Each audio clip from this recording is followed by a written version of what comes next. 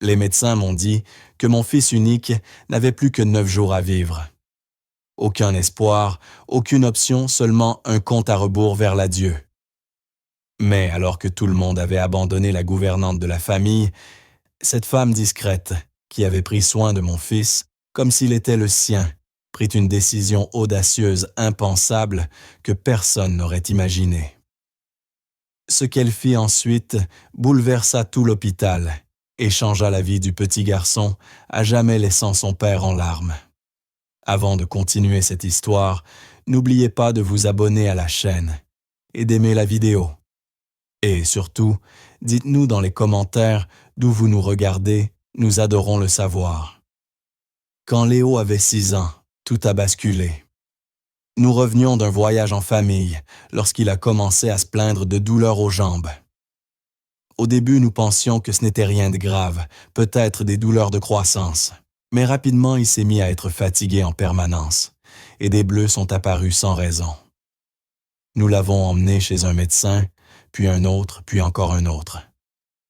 Après une série de tests, je me suis retrouvé assis dans une salle d'hôpital glaciale, à écouter un médecin me dire que mon fils souffrait d'une forme rare et agressive de cancer.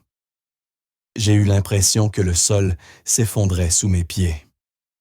C'était l'un de ces cas dont la médecine ne sait presque rien. Je n'arrivais même pas à le comprendre. Léo n'avait que 6 ans.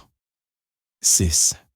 Il ne savait pas vraiment ce qui se passait, seulement qu'il devait aller à l'hôpital très souvent.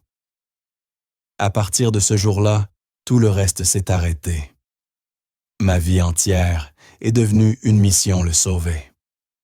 Nous avons immédiatement commencé les traitements. D'abord, la chimiothérapie. Je me souviens d'avoir tenu sa petite main pendant qu'il vomissait pâle et épuisé, me demandant s'il irait bientôt mieux. Il ne s'est jamais plaint, pas une seule fois. Pas de thèse, moi à l'intérieur, je ne faisais que me plaindre du monde entier. Quand la chimio n'a pas donné les résultats espérés, ils sont passés à l'immunothérapie. Ça n'a pas marché non plus.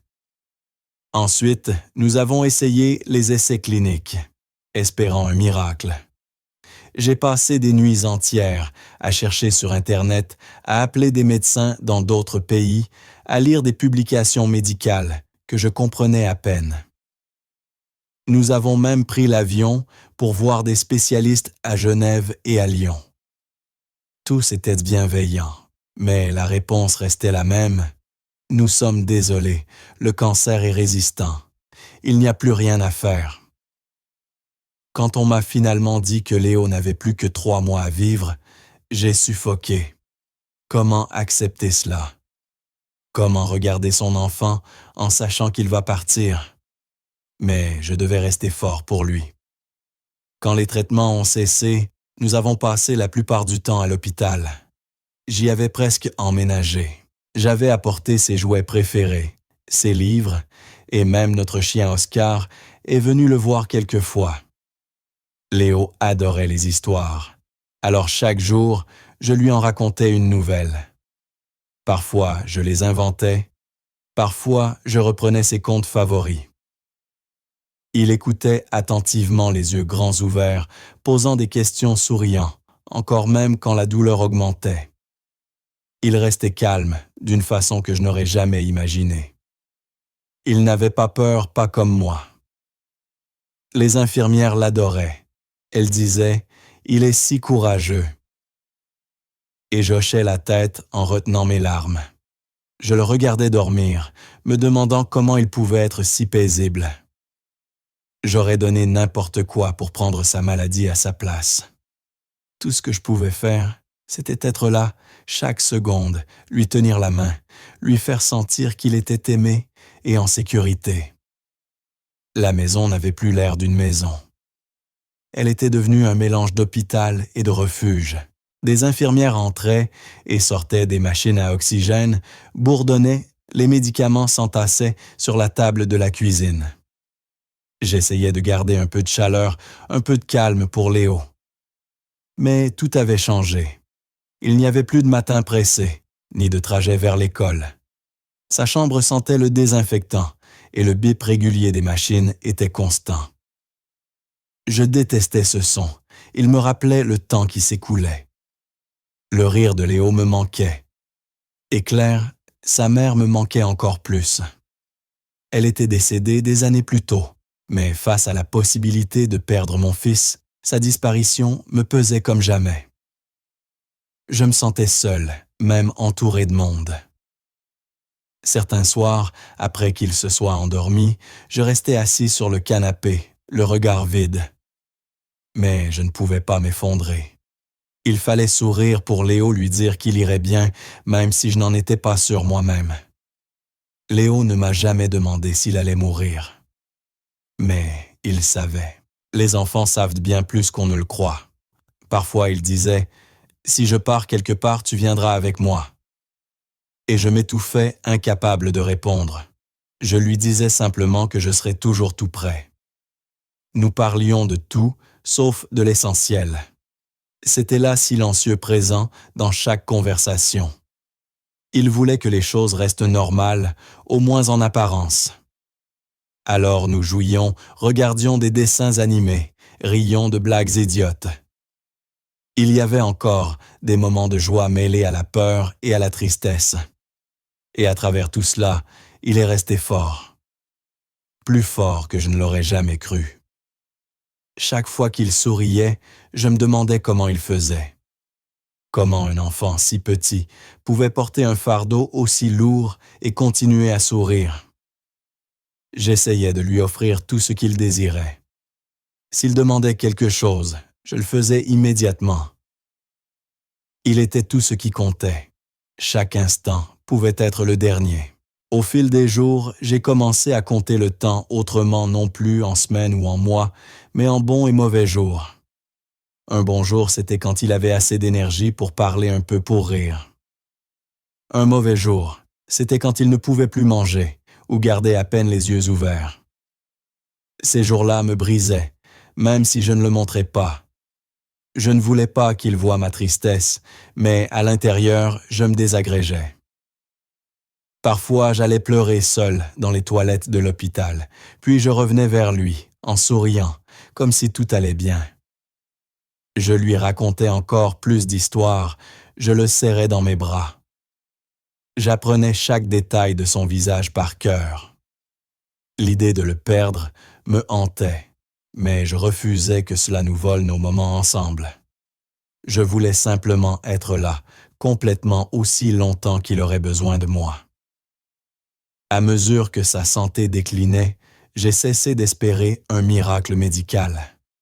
Je souhaitais seulement qu'il ne souffre pas. Je restais toujours à ses côtés. Un matin, sans prévenir Léo, m'a regardé avec son expression calme habituelle et m'a demandé « Papa, est-ce que je peux avoir une fête d'anniversaire ?» Sa question m'a pris de court. Nous n'avions même pas évoqué son anniversaire tant la situation semblait tout sauf festive. Mais il ne plaisantait pas. Il était sérieux. Et même s'il savait très bien que les médecins doutaient qu'il atteigne ce jour-là, il voulait une fête. Pas une petite, non. Il voulait des ballons, un gâteau, de la musique, ses amis, tout. Je l'ai regardé et je n'ai pas pu dire non. J'ai souri et répondu « Bien sûr que tu peux ». À ce moment-là, quelque chose a changé. Ce n'était plus une simple fête, c'était une lueur au milieu de toute notre obscurité. Rien que de l'imaginer, Léo retrouvait le sourire, et c'était suffisant pour moi. Le même jour, j'ai commencé à passer des coups de fil. J'ai parlé au personnel de l'hôpital, ils ont été formidables. Les infirmières proposaient déjà des idées avant même que je raccroche. J'ai aussi contacté sa directrice d'école. À Paris, elle n'a pas hésité une seconde. « Dites-nous ce qu'il faut », m'a-t-elle dit. Tout le monde voulait aider. Je me suis assis avec Léo pour parler du thème. Il n'a pas eu besoin de réfléchir. « Des super-héros », a-t-il dit en souriant, « rouge et bleu, comme Spider-Man et Superman. » Il était emballé. Il a même choisi la musique, les chansons de ses dessins animés et jeux préférés. Pendant un instant, j'ai oublié sa maladie et me suis laissé emporter par les préparatifs. Il y aurait des cupcakes, des banderoles, des ballons, des petites capes pour tout le monde. C'était devenu une vraie fête. Enfin, nous planifions quelque chose de joyeux. Les jours suivants ont été remplis de rire. Léo passait des heures à discuter du gâteau, d'abord chocolat, puis fraise, puis les deux. Moitié-moitié, disait-il, hochant la tête comme s'il prenait une grande décision. Il parlait aussi des jeux qu'il pourrait en faire. Même s'il n'avait pas la force de courir, cela n'avait pas d'importance pour lui. Il voulait seulement que tout le monde soit là. Il a choisi son t-shirt rouge avec un grand éclair jaune. Trop grand pour lui, mais il s'en fichait. Amara Diouf, notre gouvernante, qui était bien plus qu'une employée presque de la famille, s'est investie complètement. Elle a aidé à décorer sa chambre avec des dessins, m'a assisté avec les listes de préparation fredonnant doucement tout en scotchant des guirlandes au mur. Peu à peu, la chambre d'hôpital a cessé de ressembler à une chambre. C'était devenu une petite salle de fête. Tout le monde faisait de son mieux pour rendre ce jour spécial. Chaque matin, le visage de Léo était différent. Il avait cette étincelle dans les yeux, même épuisé. Les infirmières passaient lui montrer des photos des décorations en cours. L'une d'elles lui a même apporté des échantillons de glaçage pour goûter. Je ne l'avais pas vu si vivant depuis des semaines. L'idée de la fête lui donnait une nouvelle énergie. Il passait des heures à imaginer qui viendrait, ce qu'ils diraient, quels cadeaux ils apporteraient. Il se moquait des présents. Il voulait simplement que les gens soient là. Les médecins restaient prudents, s'assurant que tout soit sûr pour lui, mais même eux reconnaissaient que cette excitation faisait du bien. C'était comme si la fête devenait une forme de traitement, non pas venue des machines ou des médicaments, mais de la joie d'être encore un enfant ne serait-ce qu'un jour. Pendant ce temps, je regardais tout cela avec un mélange étrange de bonheur et de tristesse. D'un côté, j'étais heureux. Le voir ainsi, bavard, souriant, plein d'espoir, rendait tout un peu plus léger. Mais en même temps, un poids lourd restait posé sur ma poitrine. Je ne le montrais pas, mais il était bien là. À chaque ballon que je commandais, à chaque chanson que nous choisissions, je ne pouvais m'empêcher de penser « Et si c'était sa dernière fête? Et si c'était la dernière fois que je le voyais, entouré de ses amis riants? » Je gardais ces pensées pour moi. Mais elles revenaient la nuit, quand j'étais seul. J'étais assis dans le fauteuil à côté de son lit, le regardant dormir, me demandant comment un si petit corps pouvait encore contenir tant de force. Je ne voulais rien gâcher. Alors je continuais à sourire, à avancer, à rester dans l'instant, parce que c'est ce que faisait Léo. Il vivait un jour à la fois. À mesure que la date de la fête approchait, l'hôpital ne ressemblait plus à un hôpital. Le personnel se promenait avec des petits chapeaux de fête cachés dans leurs poches et les enfants du service pédiatrique demandaient s'ils pouvaient aider à décorer. Amara apporta des bocaux remplis de bonbons et quelqu'un réussit même à louer une machine à bulles. Léo n'arrêtait pas d'en parler, même allongé les yeux mi-clos de fatigue. « C'est demain », demandait-il. Et je répondais « presque ». Tout semblait différent. La routine faite de médicaments et de douleurs avait laissé place aux couleurs, aux listes, aux rires. J'ai compris ce jour-là combien l'espoir pouvait être puissant, même au bord du désespoir. Et c'est Léo qui nous le donnait, cet espoir. Cette fête n'était plus simplement pour ses 7 ans. C'était une célébration de chaque seconde passée avec lui. Même si la peur restait tapie au fond de moi, je la repoussais comme lui. Tout ce qui comptait désormais, c'était de rendre sa fête inoubliable. Quand Claire, ma femme, est morte, tout à la maison, c'est vidé. Je ne savais pas comment gérer la vie, seul surtout avec Léo encore si petit. C'est à ce moment-là que j'ai engagé Amara Diouf. Au début, elle n'était là que pour s'occuper de la maison, le ménage, les repas, l'organisation. Mais il n'a pas fallu longtemps pour qu'elle devienne bien plus. Elle avait une manière calme d'être présente.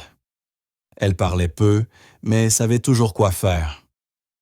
Un jour, je suis entré dans le salon et je l'ai trouvée assise par terre, avec Léo, lui donnant à manger doucement, en chantant une berceuse africaine que je ne connaissais pas. Léo était apaisé, les yeux mi-clos, comme s'il se sentait en sécurité. Dès ce jour-là, elle a commencé à faire bien plus que ce que j'attendais. C'est elle qui réussissait à le faire manger quand il refusait celle qui restait avec lui pendant les pires jours de chimio, quand je devais m'absenter. Elle ne travaillait plus pour nous, elle faisait partie de nous. Il y avait entre elle et Léo une connexion que je ne pouvais expliquer. Ce n'était ni forcé, ni maladroit, c'était naturel. Elle savait quand il avait besoin de silence, quand il fallait le distraire, ou simplement quand s'asseoir à côté de lui sans parler. Une nuit, en passant devant sa chambre, je l'ai entendu lui raconter une histoire de son enfance au Sénégal. Sa voix était douce et posée, et Léo écoutait attentivement. Peu de temps après, il a commencé à l'appeler « maman numéro 2 ». La première fois qu'il l'a dit, je pensais qu'elle allait le corriger, mais non. Elle a souri et a continué à plier son pyjama comme si de rien n'était. Elle ne demandait jamais la permission, ne faisait pas de grands discours. Elle agissait simplement avec douceur. Je voyais bien que Léo se sentait réconforté par elle, comme avec sa mère. Et honnêtement, je n'ai pas ressenti de jalousie. J'ai ressenti du soulagement. Au fil du temps, j'ai appris un peu de son histoire. Elle m'a parlé un jour de sa petite sœur tombée malade quand elles étaient enfants.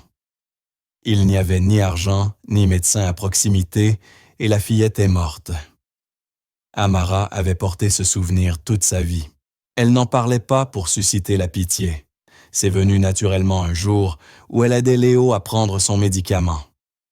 Je lui avais dit qu'elle était d'une patience incroyable, et elle avait simplement répondu « Je n'ai pas pu sauver ma sœur. Je peux l'aider, lui. » À ce moment-là, j'ai compris. Pour elle, ce n'était pas un travail. C'était une mission profondément personnelle. Elle ne comptait pas ses heures, ne prenait pas de pause, restait parce qu'elle le voulait. Elle voyait en Léo plus qu'un enfant malade. Elle voyait un être qu'elle devait protéger. Et jamais elle n'a hésité. Léo dépendait de plus en plus d'elle. Quand il se réveillait d'un cauchemar, il demandait à Amara. Quand il refusait de manger, elle s'asseyait à côté de lui avec une assiette, lui racontant des histoires, faisant des grimaces, jusqu'à ce qu'il cède. Il lui faisait confiance d'une manière qui dépassait le simple réconfort, comme s'il croyait qu'elle pouvait le garder en vie. Quand les traitements devinrent plus rudes et les effets secondaires plus violents, c'est elle qui restait calme. Elle fredonnait doucement en lui massant le dos lorsqu'il vomissait. Elle savait comment l'aider à respirer lentement lorsque la douleur devenait trop forte. Même les médecins remarquaient à quel point Léo était plus calme quand elle était là. J'étais présent moi aussi, à chaque étape, mais Amara apportait quelque chose que je ne pouvais pas. Une présence stable, douce et inébranlable. Elle ne s'effondrait jamais, ne montrait jamais la peur. Elle était l'encre dont nous avions besoin tous les deux, surtout quand tout semblait s'écrouler. En tant que père, voir quelqu'un d'autre devenir une figure essentielle dans la vie de son enfant peut être difficile. Mais avec Amara, non. Je n'ai jamais eu l'impression qu'elle remplaçait Claire. Personne ne le pouvait. Mais je savais aussi que je ne pouvais pas tout affronter seul. Et Léo n'était pas confus. Il savait qu'il avait une maman qui n'était plus là, et une autre femme qui l'aimait comme une mère, mais d'une autre manière. Je ne lui ai jamais dit d'arrêter de l'appeler maman numéro 2. Ce n'était pas nécessaire, c'était juste. Elle avait mérité ce titre, non pas par de grands gestes, mais en étant là chaque jour sans jamais faillir. Je la respectais pour cela. Plus encore, je lui en étais profondément reconnaissant. Dans nos heures les plus sombres, elle apportait de la lumière à la maison. Par sa discrétion, par sa constance, elle nous offrait une stabilité précieuse. Je ne pouvais pas imaginer ces années sans elle. Elle était toujours là, le repère le plus sûr dans la vie de Léo. Même quand sa santé empirait, Amara ne reculait pas. Elle s'impliquait encore davantage. Jamais fatiguée de la routine, jamais de plainte sur les longues nuits ou les journées difficiles. Elle restait concentrée. Son affection invariable. Même lorsque tout devenait insupportable à regarder, elle continuait à lui brosser les cheveux, à le nourrir lentement, à lui tenir la main pendant les visites à l'hôpital. Toujours calme, toujours douce, et Léo n'avait jamais besoin de demander, elle était simplement là. Ce genre de présence est rare. Ce n'était ni spectaculaire, ni bruyant, mais c'était le soutien le plus solide de sa vie. Elle était devenue le socle sur lequel il s'appuyait quand tout menaçait de s'effondrer. Et même quand nous savions que le temps se raccourcissait, elle ne s'éloignait jamais. C'est cela qui la rendait unique. Amara n'était pas seulement une partie de notre histoire, elle en était l'une des plus importantes. Et aujourd'hui encore, quand je repense à ces années, ce ne sont pas les machines ni les médicaments que je revois d'abord, mais elle assise tranquillement à côté de lui, l'aimant comme s'il était son propre fils. Le jour de la fête d'anniversaire de Léo arriva enfin, et même si nous étions à l'hôpital pendant quelques heures, on aurait dit tout sauf un hôpital. La chambre était remplie de décorations rouges et bleues comme il l'avait voulu. Des ballons accrochés au lit, des affiches de super-héros sur les murs et un grand gâteau, moitié chocolat, moitié fraise, parce qu'il n'avait pas pu choisir. Ses camarades d'école étaient venus avec des cartes, faites à la main, de petits sachets de cadeaux et une énergie débordante. Quelques infirmières s'étaient jointes à nous, applaudissant, souriant, essayant de garder une ambiance légère. Léo était fatigué, mais il ne s'est pas laissé arrêter. Il s'est assis sur son lit, portant son t-shirt rouge à éclairs, et a ouvert ses cadeaux un à un. Il a souri tout du long.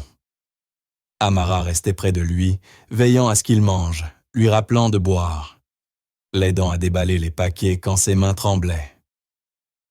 Pendant un moment, tout semblait normal. Léo était juste un enfant, à sa fête d'anniversaire. Tout le monde faisait en sorte que ce soit simple et doux pour lui. Les enfants ne couraient pas, ne criaient pas. Ils jouaient à des jeux de société au bord du lit, échangeaient des blagues, chantaient ensemble. Le personnel de l'hôpital avait organisé quelques petits jeux et apporté des jus de fruits et des goûters. Amara se déplaçait discrètement, mais restait toujours à proximité. Elle vérifiait que la couverture ne glisse pas, lui essuyait les mains après le gâteau, lui rappelait de se reposer. Il n'opposait aucune résistance, il se blottissait contre elle comme toujours. Les voir ainsi me remplissait d'un mélange de bonheur et de douleur. Heureux de le voir, entouré d'amour, mais conscient de la raison pour laquelle nous faisions tous ces efforts, parce que nous savions que ce jour comptait plus que les autres. Je suis resté en retrait, laissant faire, prenant des photos, enregistrant des vidéos. Je voulais tout garder chaque seconde. La pièce était pleine de rires et de sourires. Mais sous tout cela, planait une tristesse silencieuse que personne n'évoquait. À un moment, lorsque le calme est revenu et que la plupart des enfants étaient partis, Léo leva les yeux vers Amara pendant qu'elle ajustait son oreiller et demanda d'une voix presque timide « Est-ce que je vais vivre ?» Sa voix était si petite qu'on aurait dit qu'il n'osait pas vraiment poser la question. La pièce s'est tue. Même la musique de fond s'est éteinte. Amara s'est figée un instant, puis elle l'a regardé droit dans les yeux et a pris sa main. Elle ne lui a pas menti, ne lui a pas fait de promesses vides. Elle a simplement dit « Je suis là, je suis avec toi ». D'accord. Ce n'était pas la réponse que l'on attendait, mais c'était la vérité. Léo l'a regardé quelques secondes, puis a hoché lentement la tête comme s'il comprenait. J'étais sur le point de rentrer dans la chambre quand j'ai entendu ces mots. Cette question m'a frappé comme un coup de tonnerre. Je suis resté figé, incapable de bouger, incapable de parler. Je suis resté là le cœur battant, essayant d'assimiler le fait que mon petit garçon pensait déjà à la vie et à la mort d'une manière qu'aucun enfant ne devrait avoir à envisager. Après cela, la fête a continué, mais plus rien n'était pareil. Les sourires étaient des plus doux, les rires entrecoupés de silence. La joie demeurait, mais elle portait désormais un poids. Je le voyais sur les visages de tous les infirmières, les invités, même les enfants. Chacun avait été ramené brutalement à la réalité de ce que nous vivions. Les chapeaux d'anniversaire paraissaient moins colorés, les décorations moins joyeuses. Pourtant, nous avons continué parce que Léo était toujours là et qu'il souriait encore. Il avait l'air fatigué, mais fier, comme s'il venait d'organiser quelque chose d'extraordinaire. Amara ne l'a pas quitté un instant, et je l'ai vu essuyer ses yeux quand elle pensait que personne ne la regardait. Cette question, est-ce que je vais vivre, résonnait dans ma tête sans fin. Elle rendait tout plus concret. J'avais tout fait pour me concentrer sur les bons moments, mais la réalité venait de s'inviter au cœur même de la célébration, et elle ne repartirait plus. Quand tout le monde fut parti, que les ballons commençaient à se dégonfler et que le gâteau était presque fini, Léo était épuisé. Il s'est blotti contre Amara, les paupières lourdes. Elle l'a changé, l'a aidé à se brosser les dents, puis l'a mis au lit sans dire un mot. Elle ne se pressait pas, ne forçait rien, accomplissait chaque geste avec une douceur tranquille, comme si c'était la chose la plus naturelle du monde. Elle s'est assise à côté de lui, fredonnant doucement, tout en lui caressant les cheveux. Il s'est endormi en quelques minutes. Je restais dans le couloir, le regardant sans vouloir interrompre. Il y avait quelque chose de paisible dans la façon dont elle prenait soin de lui. Quelque chose que je n'aurais jamais voulu lui retirer. Elle est restée un moment, après qu'il se soit endormi, à replacer la couverture, éteint la petite lampe, puis s'est levée.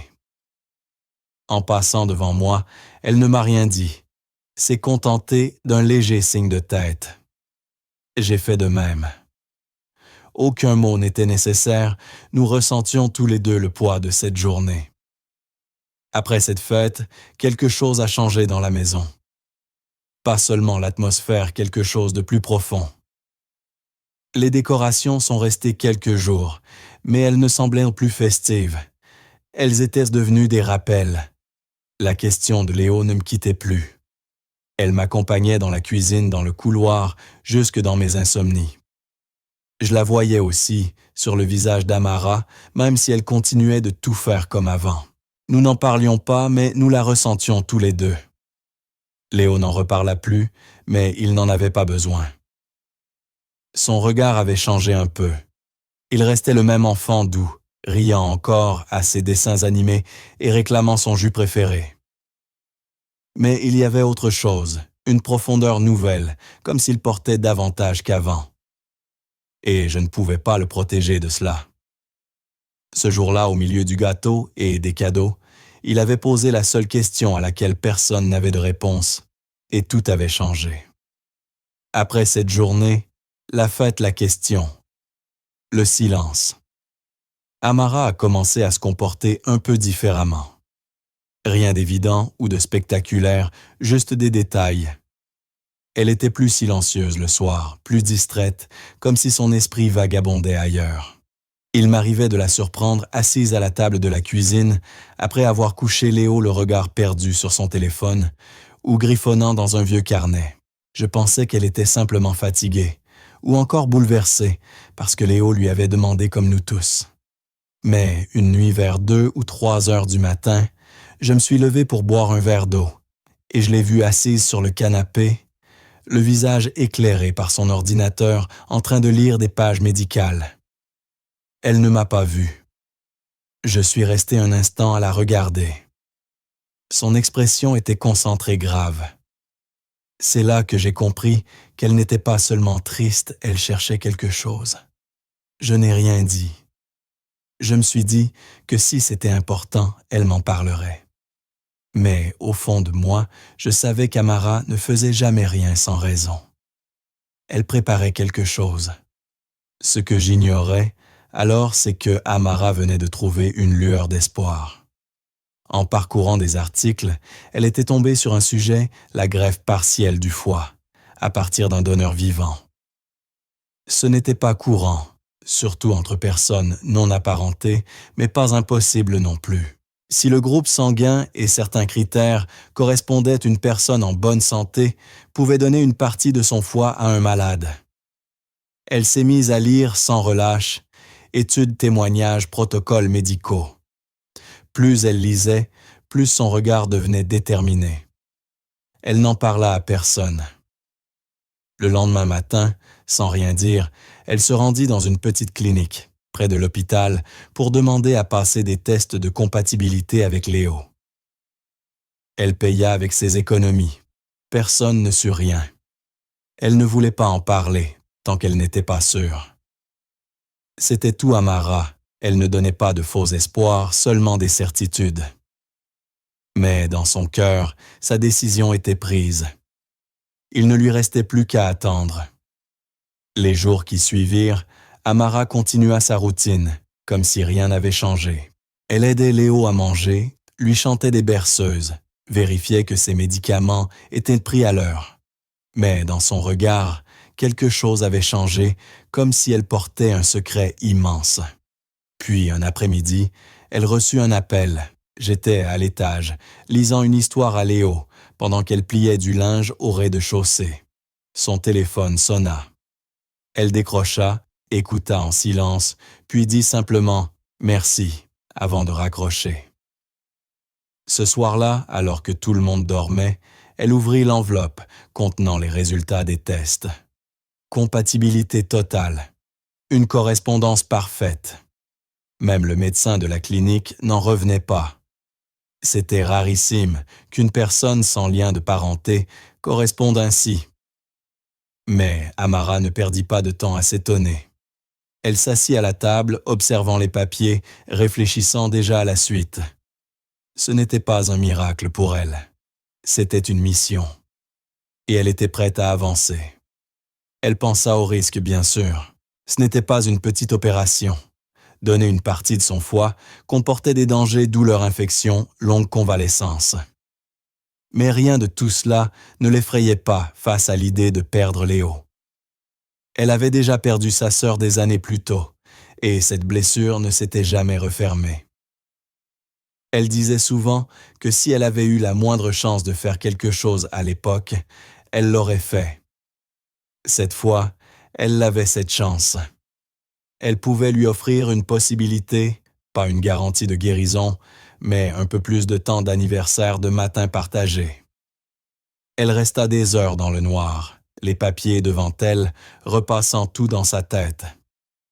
Elle n'avait besoin de la permission de personne. Elle ne faisait pas cela pour la reconnaissance ou les éloges. Ce n'était pas une question d'héroïsme. C'était une question d'amour pur et simple, et de faire ce qu'il fallait quoi qu'il en coûte. Elle savait que Richard Moreau dirait non. Pas par indifférence, il aimait son fils plus que tout, mais par peur. Peur des risques, peur de l'espoir, peur de la douleur. C'est pourquoi elle décida de garder le secret. Elle plia soigneusement les résultats, les glissa dans un livre qu'elle rangea dans un tiroir de sa chambre et n'en parla à personne. Le lendemain, elle reprit sa vie comme d'habitude, souriant aux blagues de Léo fredonnant, en préparant le dîner, rangeant ses médicaments dans l'armoire. Mais à l'intérieur, elle préparait déjà chaque étape où aller, à qui parler, comment faire aboutir ce projet. Elle commença même à lire des documents juridiques, à se renseigner sur les droits des donneurs et les procédures hospitalières. Elle ne cherchait pas une autorisation, elle préparait une action. Chaque détail était soigneusement planifié, discrètement, secrètement. Si elle devait mentir, signer en cachette le fer, sans que Richard le sache, elle était prête. Elle ne supporterait pas de perdre encore un enfant s'il existait la moindre chance de le sauver. Elle dormait peu ces nuits-là. Je le remarquais, mais je pensais qu'il s'agissait simplement de fatigue ou de stress, nous en étions tous accablés. Jamais je n'aurais imaginé qu'elle portait un fardeau aussi immense. Elle ne me donna aucune raison de douter, elle continuait à embrasser Léo, à l'aider à choisir ses pyjamas, à rester à ses côtés dans les moments les plus durs. Mais quelque chose avait changé dans la maison. Sans qu'on en parle, une tension silencieuse flottait. Dans ses gestes, dans son regard, il y avait une urgence nouvelle. Elle avait fait son choix, et il n'y aurait pas de retour en arrière. Je ne le savais pas encore, mais elle avait déjà décidé qu'elle se battrait contre les médecins, les hôpitaux, et même la loi s'il le fallait. Tout ce qu'elle voulait, c'était le sauver. Sans projecteur, sans reconnaissance, sans applaudissements, juste une chance. Une seule. Et elle était prête à tout pour cela même, à le faire seule. Un matin, Amara partit très tôt. Elle ne dit à personne ou elle allait pas même à moi. Elle se contenta de dire qu'elle avait une course à faire et quitta la maison son dossier serré contre elle. À l'intérieur, il y avait toute analyse résultat de compatibilité, rapports médicaux. Tout était classé avec soin, annoté, surligné. En arrivant à l'hôpital, elle se dirigea directement vers le service de transplantation. Elle attendit qu'on la reçoive, puis expliqua calmement la situation. Elle déclara vouloir donner une partie de son foie à Léo. Le médecin sembla surpris, presque décontenancé. Il lui demanda si elle était de la famille. Elle répondit non pas par le sang, mais expliqua depuis combien d'années elle s'occupait de lui, combien elle l'aimait et qu'elle était parfaitement compatible. Le médecin parcourut les documents, la regarda puis secoua lentement la tête. Il lui expliqua que les lois ne permettaient pas ce genre de don sans un long processus d'autorisation. Elle ne s'attendait pas à cela. Elle resta calme, essayant d'expliquer que ce n'était pas une décision impulsive, ni sous pression. Elle savait ce qu'elle faisait. Elle leur parla de Léo, de la façon dont elle l'avait élevé, depuis qu'il était tout petit, comment elle avait été là pour chaque traitement, chaque séjour à l'hôpital, chaque journée difficile. Elle leur expliqua que c'était son choix qu'elle connaissait, les risques qu'elle avait fait toutes ses recherches, et qu'elle était prête à signer tout ce qu'il voulait. Mais le personnel de l'hôpital répétait sans cesse la même chose, les règlements, les lois, les restrictions. Ils ne mettèrent pas en doute son cœur, seulement les règles. Elle demanda à parler à un supérieur et on la dirigea vers un directeur. Ce fut la même conversation encore une fois, aucun lien légal, aucun lien biologique, donc aucune possibilité d'autorisation. Quand elle quitta l'hôpital, elle était en colère épuisée et profondément déçue.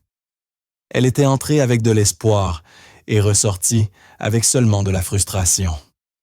C'est là qu'elle comprit qu'elle ne pouvait plus garder cela pour elle. Ce soir-là, après le dîner, lorsque Léo s'était endormi, Amara me demanda de la rejoindre dans la cuisine. Elle avait l'air fatiguée, sa voix était basse. Elle me fit asseoir et me raconta tous les tests de compatibilité, le secret qu'elle avait gardé, parce qu'elle savait que je refuserais, et sa tentative d'obtenir l'accord de l'hôpital. Au début, je ne comprenais pas. Je la regardais incapable d'assimiler. Puis j'ai compris ce qu'elle proposait réellement donner une partie d'elle-même pour sauver mon fils. Je ne savais pas quoi dire. Ma première réaction ne fut pas la gratitude, mais la peur. Je lui dis qu'elle ne pouvait pas faire ça, que c'était trop dangereux, que ce n'était pas sa responsabilité. Je lui dis que Léo n'avait pas besoin d'un deuxième parent, prêt à prendre des risques insensés. Ma voix monta et je lui ordonnai de ne plus jamais en parler. Je ne voulais pas la blesser, mais je l'ai fait. Elle ne répondit rien. Elle hocha simplement la tête et s'éloigna en silence. Après cette discussion, je crus qu'elle abandonnerait. Je pensais avoir été clair que j'avais réussi à la dissuader. Mais j'aurais dû savoir que ce n'était pas dans sa nature. Les jours suivants, elle ne mentionna plus rien. Elle agissait normalement, s'occupait de Léo, nettoyait la cuisine, aidait au repas, mais je voyais bien que quelque chose avait changé. Le soir, elle restait éveillée encore plus tard, son ordinateur ouvert. Je ne savais pas ce qu'elle faisait, mais une part de moi devinait elle ne renonçait pas. Elle cherchait une autre voie. Une nuit, en passant devant le salon, je la vis écrire à quelqu'un dans une autre langue. Elle avait un carnet rempli de noms et d'adresses manuscrits. Elle faisait des recherches sur des cliniques à l'étranger, essayant de trouver quelqu'un qui accepterait de traiter le cas. Quelqu'un qui ne se cacherait pas derrière des lois obsolètes, mais qui verrait ce qu'elle voyait, une chance de sauver Léo. Je ne posais pas de questions. Je savais qu'elle n'arrêterait pas. Et elle trouva quelque chose. Une clinique internationale réputée qui avait déjà géré des cas rares. Ce n'était pas un endroit douteux, c'était un véritable établissement, avec de vrais médecins, de vraies réussites. Ils avaient traité d'autres transplantations complexes, même entre donneurs et receveurs non apparentés. Amara rassembla tous ses documents, résultats, analyses, antécédents médicaux et une lettre personnelle. Elle envoya le tout par un long courriel. Elle ne m'en parla pas. Elle ne demanda pas la permission. Elle le fit simplement. Le lendemain, elle reçut une réponse. Un médecin de la clinique avait tout lu. Il lui expliqua qu'il comprenait mieux que quiconque sa situation. Il avait perdu sa propre fille, faute de donneur trouvé à temps. Cela l'avait marqué à vie. Il lui dit qu'il accepterait le dossier. Mieux encore, il lui promit de tout gérer discrètement si nécessaire, en contournant les obstacles administratifs. Il se moquait des règles qui empêchèrent de sauver un enfant. Il voulait simplement aider. Amara resta longtemps avec son téléphone dans les mains, les larmes silencieuses. Ce message changea tout. Elle savait que c'était sa chance. Le médecin précisa qu'il faudrait encore des évaluations et des tests supplémentaires, quelques étapes à franchir. Mais l'essentiel, c'était qu'il acceptait, qu'il croyait en elle. Et c'était tout ce dont elle avait besoin pour continuer. Elle imprima le message, le rangea avec les autres documents, et se mit à préparer la suite. Elle ne savait pas encore comment ni quand me l'annoncer, mais elle savait qu'elle n'arrêterait pas maintenant. Elle avait un plan, un médecin qui croyait en elle, et une vraie possibilité. Et moi, je ne savais encore rien. J'étais enfermé dans ma peur persuadée d'avoir fermé la porte pour de bon. Mais Amara ne vivait pas dans la peur. Elle vivait dans l'espoir. Elle n'attendait plus d'autorisation. Elle avait fait son choix le jour où elle avait lu les résultats des tests. Et maintenant qu'un médecin était prêt à l'aider, elle irait jusqu'au bout même seule. Pendant que j'étais en déplacement professionnel, Amara se mit discrètement en mouvement. Depuis des jours, elle préparait tout sans rien dire. Elle gardait la même routine, repas, soins, ménage, pour ne rien laisser paraître. Mais la nuit venue, Amara fit sa valise. Une petite avec juste l'essentiel. Elle ne voulait attirer l'attention de personne. Elle dit à Léo qu'ils allaient à une consultation spéciale, rien que pour lui, pour vérifier sa santé. Il ne posa pas de questions. Il lui faisait entièrement confiance. Une infirmière de longue date, amie de la famille, et en qui Amara avait une confiance absolue, avait accepté d'aider pour le transport. Pas d'ambulance, rien de visible, juste une voiture privée, discrète et rapide. Léo était content, croyant qu'il s'agissait d'une sortie différente d'une aventure. Amara souriait, jouait le jeu, mais au fond d'elle, la peur montait. C'était le moment. Plus de retours possibles. Elle marchait vers l'inconnu portée par un seul but, lui donner une chance. En arrivant à la clinique internationale de Genève, tout était prêt. Le médecin qui avait accepté le dossier les attendait déjà. Le personnel les accueillit calmement, sans poser trop de questions.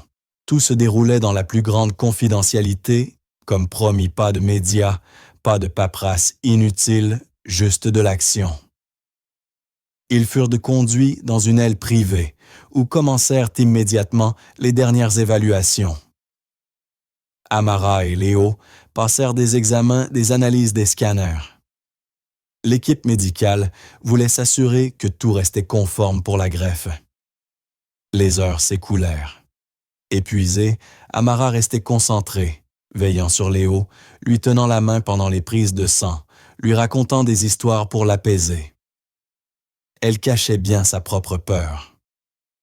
Lorsque les tests furent terminés, les médecins confirmèrent l'opération aurait lieu le lendemain matin. Le silence retomba dans la chambre. Ce n'était plus un projet, c'était réel. Tout était prêt. Le plus difficile allait commencer. Cette nuit-là, Amara ne dormit pas. Allongée sur le petit canapé près du lit de Léo, elle écoutait sa respiration, pendant que son esprit tournait sans fin. Les lumières étaient tamisées, le couloir désert. Elle fixait le plafond, se demandant ce qui se passerait au matin. Et si quelque chose tournait mal, et si elle ne se réveillait pas, elle ne le dit jamais à personne, mais elle n'avait pas peur de mourir. Ce qui l'effrayait, c'était de ne pas être là pour Léo si elle échouait. Vers minuit, elle se leva, prit un stylo et une feuille dans le tiroir de la table de nuit. Elle s'assit doucement et écrivit quelques lignes. Un mot court simple. Elle le plia avec soin et le glissa dans la main de Léo, sachant qu'il le trouverait plus tard. Il disait « Si je ne me réveille pas, sache que maman a dit oui. » Puis elle l'embrassa sur le front, remit la couverture et se recoucha retenant ses larmes jusqu'à ce que le sommeil l'emporte enfin. La nuit sembla interminable. Le matin arriva vite. Les infirmières rentrèrent tôt pour préparer l'opération. Léo, encore à moitié endormi, se laissa faire sans résistance. Il croyait que ce n'était qu'un examen de plus. Amara souriait, lui brossa les cheveux, ajusta les petites chaussettes qu'il aimait. Elle lui tint la main pendant qu'on le conduisait dans le couloir. À un croisement, ils durent se passer plusieurs se séparer, une salle, pour lui, une pour elle. Amara se pencha, l'embrassa sur la joue et murmura « À tout à l'heure, mon ange ». Puis elle le regarda disparaître au tournant. Ce fut ensuite son tour. Les infirmières la guidèrent jusqu'à la salle préopératoire, où l'équipe l'attendait. Tout alla très vite, perfusion, vérification, murmure machine qui bip. Elle ne parla presque pas. Elle avait déjà tout dit dans sa lettre. À présent, tout dépendait des médecins. Lorsque l'anesthésie fit effet et que ses yeux se fermèrent lentement, sa dernière pensée fut pour Léo. Une prière silencieuse pour qu'il vive. Pendant que les opérations se déroulaient, le calme régnait à l'extérieur. Jusqu'à un appel qui bouleversa tout. L'hôpital contacta Richard Moreau. Il venait d'atterrir à Zurich pour des réunions quand son téléphone sonna. Il répondit distraitement, mais ses traits se figèrent en entendant les mots. On lui annonça que Léo était en chirurgie. Amara l'avait amené pour une greffe de foie. Elle était la donneuse. D'abord, il pensa à une erreur. Il demanda qu'on répète. 3 fois. Mais non, c'était vrai. Il raccrocha sans dire un mot, courut vers l'aéroport et prit le premier vol retour. Sans bagage, sans prévenir personne. Il monta à bord, s'assit le regard vide, fixant le siège devant lui. Son esprit tournait à toute vitesse. Que trouverait-il en arrivant? Amara serait-elle en vie? Léo survivrait-il? Pourquoi ne lui avait-elle rien dit? Peur, culpabilité, incompréhension, tout se mélangeait. Le vol lui parut interminable. Tout ce qu'il voulait, c'était atterrir et les voir tous les deux. À la clinique, les opérations continuaient. 2 équipes travaillaient avec une précision extrême suivant le plan. Le chirurgien qui avait perdu sa fille des années auparavant dirigeait la procédure. Pour le chirurgien qui dirigeait l'opération, c'était personnel. Il travaillait avec une précision quasi sacrée, vérifiant chaque geste, 2 fois ne laissant rien au hasard. Le corps de Léo était fragile, mais l'équipe était prête. L'intervention d'Amara se déroulait bien elle aussi. Son segment de foie était sain fort et parfaitement compatible. Aucune complication majeure pour le moment. Comme convenu, les communications restaient limitées, un étage silencieux, sans agitation, sans interruption, seulement du travail concentré. Dans la salle d'attente, l'infirmière de confiance d'Amara gardait son téléphone près d'elle, prête à prévenir Richard dès son arrivée. Tout dépendait désormais des heures à venir. Chacun dans cet hôpital connaissait les risques, mais aussi la raison. Il ne s'agissait plus de règles, mais d'offrir à un enfant un peu plus de temps. Pendant que les opérations continuaient, le petit mot d'Amara restait serré dans la main de Léo, un papier plié, imprégné d'un amour qu'aucune loi n'aurait pu interdire.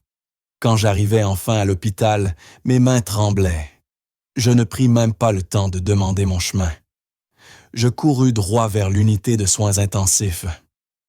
Mon cœur battait si fort que je n'arrivais plus à réfléchir. J'ignorais ce que j'allais trouver. Je savais seulement que mon fils et Amara avaient été opérés quelques heures plus tôt, et je n'avais aucune idée de l'issue. Une infirmière me reconnut et m'accompagna en silence jusqu'à une porte vitrée. Derrière, je vis Léo, relié à des machines, couvert de fils, mais respirant. Il était vivant. Je restais figé un instant, incapable de bouger. Puis l'infirmière me montra la pièce d'à côté, et là je la vis Amara. Elle aussi était là, pâle, immobile, plongée dans un coma artificiel, mais vivante. Les deux avaient survécu. Je n'y croyais pas. Je m'appuyais contre le mur et laissais échapper un souffle que je retenais sans le savoir. Les médecins arrivèrent peu après et m'expliquèrent tout. La greffe s'était déroulée sans incident. Le corps de Léo acceptait le nouveau foie, sans signe de rejet. C'était la plus belle nouvelle que j'avais entendue depuis des années. Amara, disait-il, restait endormie plus longtemps. Sa chirurgie avait été plus complexe et la convalescence serait longue, mais elle était stable. Ce mot « stable » sonnait comme un miracle. Je restais dans la chambre de Léo des heures durant. Je lui tenais la main le regardant dormir, songeant à quel point j'avais frôlé la perte. Puis, je me rendis dans la chambre d'Amara. La voir ainsi silencieuse, inerte, me brisait le cœur. Sur la table de chevet reposait un papier plié. Je l'ouvris. Il disait « Si je ne me réveille pas, sache que maman a dit oui. » Je ne pus retenir mes larmes. Je m'assis à côté d'elle et pleurai en silence.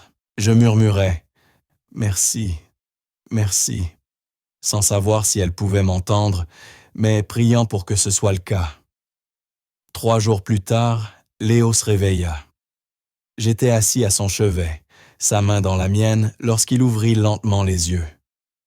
Il regarda autour de lui, un peu confus, puis sourit et demanda « Je peux avoir du gâteau ?» Je ris. Vraiment. Pour la première fois depuis des semaines. Je lui dis qu'on lui en donnerait dès que le médecin le permettrait. Puis plus sérieux, il me demanda « Où est maman numéro 2 ?» Je restais un instant silencieux. Je ne voulais pas l'inquiéter, alors je répondis doucement qu'elle se reposait parce qu'elle avait dû faire quelque chose de très important pour lui. Il hocha la tête, referma les yeux comme s'il comprenait. À chaque réveil, ensuite, sa première question était la même « Comment va Amara ?» C'était devenu un rituel. Réveil question, écoute calme de la réponse. Il ne se plaignait pas, ne pleurait pas. Il voulait seulement savoir qu'elle allait bien. Les infirmières se commencèrent à raconter l'histoire. En quelques jours, tout l'hôpital était au courant. Amara avait donné une partie de son foie pour sauver Léo. Cela toucha profondément les gens. Certains passaient juste pour voir si le petit garçon de la greffe allait bien. Une infirmière, lui apporta un ours en peluche, une autre des ballons. Même des médecins qui n'avaient pas participé à l'opération vinrent jeter un œil. Peu à peu, l'atmosphère changea. L'unité de soins intensifs, d'ordinaire si lourde, se remplissait de sourires. Il y avait de l'espoir dans l'air. Un soir, une infirmière me dit qu'elle n'avait jamais vu quelque chose d'aussi beau en 30 ans de métier. Je restai pensif longtemps. Amara n'avait pas seulement sauvé Léo. Elle avait transformé tout ce qui nous entourait. Je passais mes journées entre leurs deux chambres. Je ne voulais laisser ni l'un ni l'autre seul.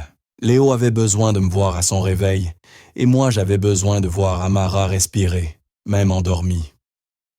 Léo reprenait des forces chaque jour. Il s'asseyait, réclamait ses plats préférés, regardait à nouveau ses dessins animés. Sa voix devenait plus ferme. Sa peau retrouvait des couleurs, il redevenait un enfant. Les médecins étaient ravis de ses progrès. Mais lui ne semblait vraiment apaisé que lorsqu'il avait des nouvelles d'Amara. Chaque matin, Léo demandait « Est-ce qu'elle s'est réveillée ?» Et à chaque fois que je répondais « Non », il hochait doucement la tête et regardait par la fenêtre, comme s'il voulait lui envoyer un message par la pensée. Parfois, il me demandait de dessiner quelque chose pour elle. Nous accrochions ces petits dessins sur le mur de sa chambre en espérant qu'elle les verrait à son réveil. Je voyais à quel point il l'aimait, à quel point leur lien était profond. Ce n'était pas seulement de l'attention ou des soins. Elle faisait partie de lui. Il n'avait même pas besoin d'en parler. On sentait dans sa façon d'attendre qu'il croyait en son réveil, sans même poser la question juste parfois. L'atmosphère à l'hôpital avait changé. Tout semblait plus léger. La peur qui pesait sur ma poitrine à chaque instant était moins vive. Je continuais à m'inquiéter. Amara n'avait pas encore ouvert les yeux, mais quelque chose de nouveau s'était installé l'espoir. Léo souriait davantage, parlait plus, riait à nouveau. Chaque jour, je faisais l'aller-retour entre les deux chambres, étant simplement présent. Je lisais à Léo, puis j'allais m'asseoir auprès d'Amara parfois, en lisant les mêmes histoires à voix haute, au cas où elle pourrait les entendre. Parfois, je passais des enregistrements de la voix de Léo. Je voulais qu'elle sache qu'il allait bien. Elle avait fait quelque chose qu'aucun autre n'aurait pu faire. Elle lui avait offert une seconde chance, et même inconsciente, elle restait très présente autour de nous. Son mot restait plié dans ma poche. Je le lisais de temps en temps, et chaque fois, ça me frappait de nouveau. Maman a dit oui. Et parce qu'elle l'avait dit, tout changea. 5 jours après l'opération, un événement incroyable se produisit. J'étais dans la chambre d'Amara, comme chaque jour depuis l'intervention. J'étais habitué au calme au bip des machines, aux allées et venues des infirmières à l'immobilité de son visage.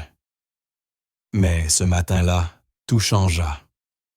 Je venais de sortir pour prendre un café quand une infirmière courut dans le couloir et m'appela en souriant. Je me précipitai et la vis Amara éveillée. Ses yeux étaient ouverts et elle regardait autour d'elle, confuse mais attentive.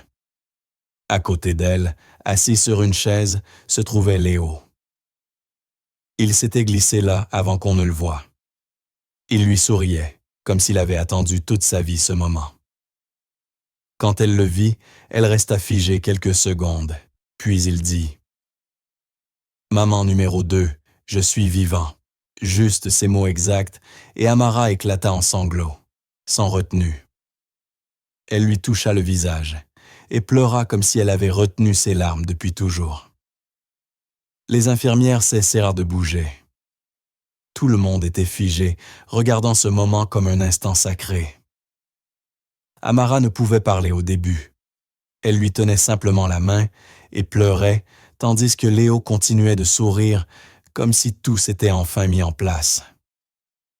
Je restais près de la porte, immobile, essayant de tout absorber.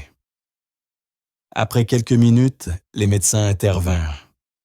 Ils donnèrent de l'eau à Amara, vérifièrent de ses constantes et lui confirmèrent qu'elle allait bien. Puis, ils nous annoncèrent une autre surprise. Les derniers examens de Léo étaient arrivés. Le nouveau foie permettait enfin au traitement de fonctionner.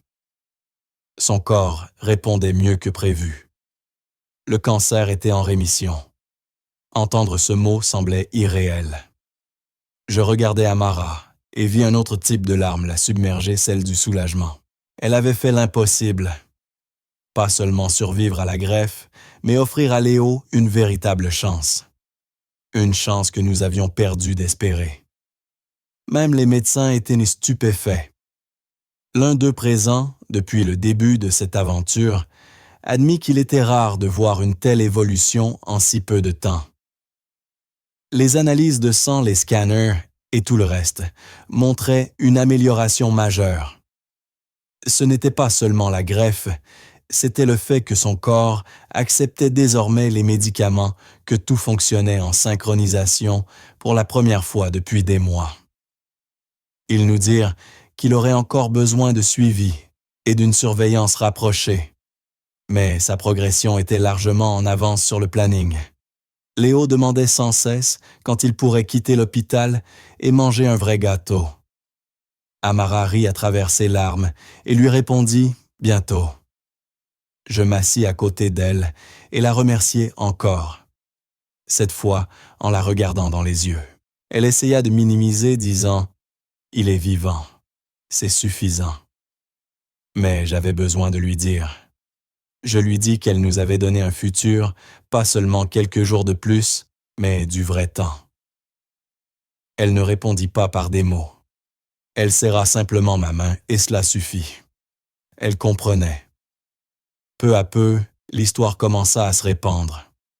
Nous ne parlâmes pas à la presse, mais quelqu'un à l'hôpital devait en parler, car à la fin de la semaine, tout le monde savait.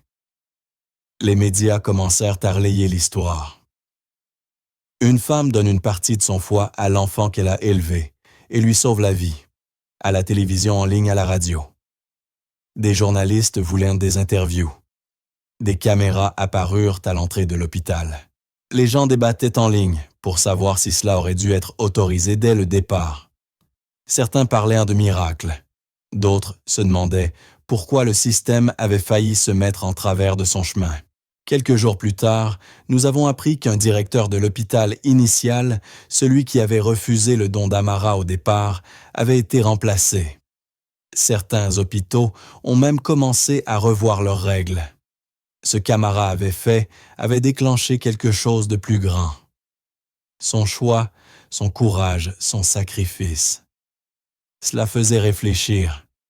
Cela incitait les institutions à repenser leurs pratiques. Mais pendant que le monde parlait, Amara restait silencieuse. Elle ne cherchait pas l'attention. Elle ne voulait même pas entendre parler des nouvelles. Elle voulait juste se concentrer sur Léo. Les demandes d'interview affluaient. Des journalistes envoyaient des mails, appelaient, venaient même à l'hôpital pour lui parler. Certains voulaient lui décerner des récompenses. Quelques organisations proposèrent de nommer quelque chose en son honneur. Elle refusa tout chaque offre sans exception. Elle disait toujours la même chose. « Je ne l'ai pas fait pour ça. » Et je la crus. Je crus. Elle ne se préoccupait ni des titres, ni de la reconnaissance. Tout ce qu'elle voulait, c'était voir Léo en bonne santé, souriant et capable de marcher à nouveau. C'était pour cela qu'elle se battait. C'était ce qui importait. Elle resta à ses côtés lors de chaque séance de kinésithérapie, chaque prise de sang, chaque petit pas de sa récupération. S'il avait mal à la tête, elle était là. S'il était fatigué ou frustré, elle le calmait. Elle célébrait ses petites victoires comme s'il s'agissait de médailles d'or. Son attention ne déviait jamais. Même avec le monde entier, observant ses yeux étaient toujours tournés vers lui. Et chaque fois qu'il souriait, elle souriait aussi discrètement, comme si c'était leur secret. L'atmosphère à l'hôpital était différente maintenant. Les gens étaient un peu plus légers. Les infirmières qui venaient auparavant fatiguées entrait maintenant avec une énergie chaleureuse. Les médecins faisaient des tournées supplémentaires juste pour vérifier comment allaient Léo et Amara. Les visiteurs laissèrent des cartes et des peluches. Léo adorait tout cela, mais ce qui l'enthousiasmait le plus restait de rentrer dans la chambre d'Amara et de dire « Regarde ce que j'ai fait aujourd'hui ». Et elle applaudissait comme s'il avait gagné à la loterie. Je passais mes journées à aller entre eux voyant tout passer lentement, de la peur à la paix de la maladie, à la guérison. Nous n'étions pas encore tirés d'affaire. Il y aurait encore des défis. Mais pour la première fois, nous avions un vrai espoir, le genre qui s'accroche. Et à travers tout cela, Amara restait ancrée. Peu importait le bruit que faisait le monde, dehors elle continuait de se montrer de la même manière stable, aimante et concentrée. Elle ne voulait pas de projecteur. Elle voulait juste continuer à protéger Léo comme elle l'avait toujours fait. Et maintenant, avec lui guérissant jour après jour, elle avait enfin accompli exactement cela. 1 an plus tard, nous avons organisé une autre fête d'anniversaire pour Léo. Cette fois, il fêtait ses 7 ans. Et cette fois, tout semblait complètement différent. La maison n'était pas silencieuse et lourde comme l'année précédente. Elle était bruyante, colorée, pleine de rires et de sons. Des ballons partout. Le jardin était rempli d'enfants de l'école de voisins et même de certaines infirmières qui nous avaient aidés durant les moments difficiles. Léo courait partout plein d'énergie, ses cheveux épais, et repoussant ses joues redevenues rondes. Il ressemblait maintenant à n'importe quel autre enfant heureux, en bonne santé et plein de vie. Nous avions de la musique des jeux et un gâteau 2 fois plus grand que celui de l'année précédente. Le voir rire avec ses amis, courir après les bulles et manger trop de sucreries semblait irréel dans le meilleur des sens. Après tout ce que nous avions traversé, ce n'était pas seulement un anniversaire. Cela semblait être un miracle. Et Amara, elle était là bien sûr, se déplaçant silencieusement en arrière-plan, comme toujours, s'assurant que tout était parfait. Amara s'occupait de la nourriture, vérifiait les décorations et me rappelait les bougies. J'ai failli oublier. Elle ne voulait pas attirer l'attention, mais tout le monde la remarquait quand même. Les gens connaissaient maintenant l'histoire. La plupart avaient entendu des murmures sur ce qu'elle avait fait pour Léo, mais elle n'en parlait jamais. Elle restait concentrée sur ce qu'il fallait faire. À un moment, je l'ai vue aider une petite fille à refaire son lacet, puis revenir rapidement pour vérifier le minuteur du four. Elle ne cessait jamais de bouger. Mais même dans l'ombre, je pouvais voir combien elle était fière. Léo continuait de l'appeler pour lui montrer des choses. « Maman numéro 2, regarde ça », criait-il en montrant un dessin qu'un ami lui avait fait. Elle souriait, s'approchait et lui faisait un câlin doux. Je restais là à observer, tenant mon téléphone, enregistrant autant que je pouvais, pas seulement pour les souvenirs, mais parce que je savais combien ce moment comptait. Je ne voulais oublier aucune seconde. Pendant la fête, Léo prit Amara à part et s'assit avec elle sur les marches du porche.